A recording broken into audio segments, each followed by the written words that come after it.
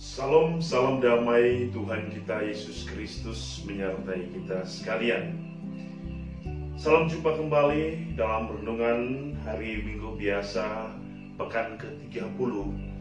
Dan kita bersyukur kepada Tuhan atas segala berkat yang telah kita terima sepanjang waktu hari yang telah kita lalui. Dan pada hari Minggu pekan ke-30 ini kita diundang bersama-sama untuk merenungkan firman Tuhan, merenungkan kasih Allah di dalam hidup kita. Dan teristimewa bagaimana kita mau mewujudkan firman Tuhan, mewujudkan kasih Allah di dalam kehidupan atau dalam kesaksian-kesaksian iman kita. Hari ini kita diundang untuk mendengarkan firman Tuhan dari Injil Matius bab 22 ayat 34 sampai 40. Marilah kita mendengarkan firman Tuhan. Inilah Injil Yesus Kristus menurut Matius. Ketika mendengar bahwa Yesus telah membungkam orang-orang Saduki, berkumpullah orang-orang Farisi. Seorang dari mereka, seorang ahli Taurat, bertanya kepada Yesus untuk mencobai dia, "Guru, hukum manakah yang terutama dalam hukum Taurat?" Jawab Yesus kepadanya, "Kasihilah Tuhan Allahmu dengan segenap hatimu dan dengan segenap jiwamu dan dengan segenap akal budimu. Itulah hukum yang terutama dan yang pertama. Dan hukum yang kedua yang sama dengan itu ialah, kasihilah sesamamu manusia seperti dirimu sendiri. Pada kedua hukum inilah tergantung seluruh hukum Taurat dan kitab para nabi." Demikianlah Injil Tuhan. Saudara-saudari santapan jiwaku yang dikasihi Tuhan, pada hari Minggu biasa pekan ke-30 kita mendengarkan firman Tuhan yang berbicara tentang hukum kasih. Kasih merupakan ciri gambaran dari Allah itu sendiri. Deus Caritas Est. Allah adalah kasih. Di mana ada kasih, di situ ada Allah. Sehingga ketika orang mewujud nyatakan kasih, ia sesungguhnya menghadirkan Allah di dalam kehidupannya. Dalam bacaan-bacaan hari Minggu pekan ke-30, kita akan mendengarkan bagaimana kasih itu harus nyata di dalam kehidupan iman kita. Dalam bacaan pertama yang akan kita dengar dari kitab Keluaran, di situ kita akan mendengar bagaimana prinsip-prinsip kasih itu ada di dalam 10 perintah Allah. Bahwa 10 perintah Allah merangkum seluruh karya hidup nyata atau karya kasih manusia di dalam kehidupannya. Bahwa di dalam 10 perintah Allah, manusia diundang untuk mewujudkan hukum Allah di dalam kehidupannya dalam suatu relasi dengan sesama.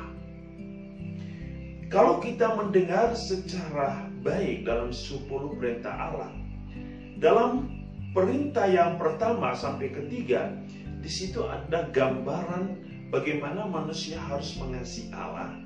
Lalu hukum keempat sampai hukum ke-10 adalah perwujudan kasih manusia kepada sesama. Dalam bacaan pertama kita mendengar bagaimana Tuhan Yesus menginginkan kita mewujudkan hukum atau perintah Allah itu di dalam kesaksian hidupnya. Seperti, janganlah engkau tindas orang asing, jangan engkau tekan orang asing, hormatilah para janda. Di sini dikatakan, hormatilah para janda, jangan membunuh, hormatilah anak-anak yatim piatu. Jika engkau meminjam uang kepada orang miskin senantiasa menghargai, jangan senantiasa memberikan bunga yang besar kepadanya. Engkau juga harus berbagi hidupmu, berbagi jubahmu, berbagi hartamu kepada sesama. Lalu di dalam bacaan kedua dari surat Rasul Paulus kepada umat di Tesalonika, bahwa salah satu perwujudan mencintai Allah adalah hidup dengan menerima Injil Tuhan, menghayati Injil Tuhan secara benar, dan menyatakan Injil Tuhan itu di dalam kesaksian hidup.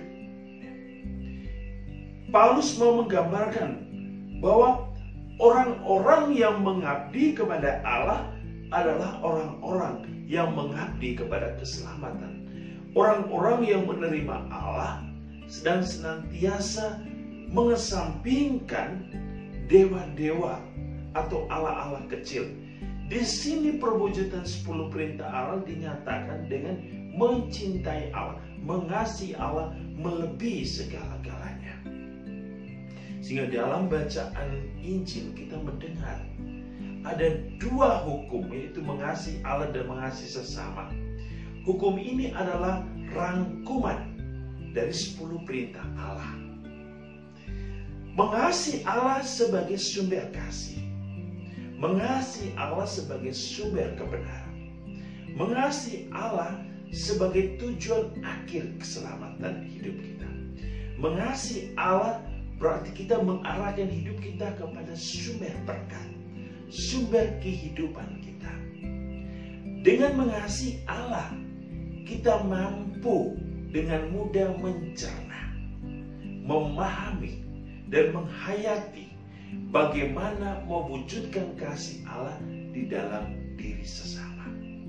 Sebab seseorang tidak bisa mengasihi sesama tanpa mengasihi Allah. Seseorang tidak bisa mengasihi sesama tanpa mendasarkan ciri karakter dasar dari kasihnya kepada Allah. Sebab perwujudan kasih kita kepada sesama merupakan dasar atau sumber dari kasih Allah itu sendiri. Dan bagaimana mengasihi Allah? Mengasihi Allah itu tidak setengah-setengah. Injil mengatakan mengasihi Allah itu harus dengan segenap hatimu, segenap jiwamu, dan segenap akal budimu. Berarti seluruh kehidupan kita. Kita tidak boleh mendua pikiran kita, tidak boleh mendua hati kita, tidak boleh mendua jiwa kita, tidak boleh mendua raga kita. Tetapi hidup kita sepenuhnya, seutuhnya hanya kepada Allah. Dengan mengasihi Allah, maka seseorang akan dengan mudah mewujudkan kasih Allah itu kepada sesama. Hukum yang kedua adalah mengasihi sesama seperti dirimu sendiri. Sebab tidak ada seorang pun yang ingin menyakiti dirinya sendiri, merusak dirinya sendiri. Maka mengasihi sesama harus didasarkan kepada cinta Allah yang ada di dalam diri kita. Sehingga Yesus berkata, bagaimana mungkin engkau mengatakan mengasihi Allah tetapi membenci saudaramu? Engkau seorang pendusta, pembohong, penipu. Sehingga kita akan bertanya, mengapa kita harus mengasihi sesama? Sebab di dalam diri sesama kita ada gambaran dan citra Allah sendiri. Sebab manusia diciptakan menurut gambaran dan rupa Allah. Dan di dalam diri sesama kita, di dalam diri kita ada gambaran Allah yang mau kita rawat, yang mau kita jaga, yang mau kita lestarikan, yang mau kita hormati, dan mau kita kasihi. Sehingga kasih Allah yang ada dalam diri kita akan terwujud ketika kita mau memberikan hidup kita, memberikan segala sesuatu yang kita miliki kepada sesama. Dengan demikian, mengasihi sesama berarti kita mewujudkan kasih Allah di dalam diri kita kepada sesama kita. Saudara-saudari, semoga hari ini kita mau belajar untuk berani mengasihi orang lain, bahkan musuh-musuh kita. Berani untuk mendoakan orang-orang yang menyakiti kita. Berani untuk siap memberikan hidup kita bagi orang lain.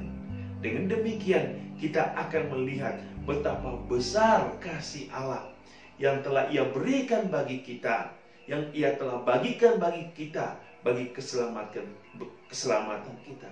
Maka saat inilah kita juga mau berbagi cinta Allah kepada sesama. Tuhan memberkati kita dengan berkat-Nya yang berlimpah. Dalam nama Bapa, Putra, dan Roh Kudus.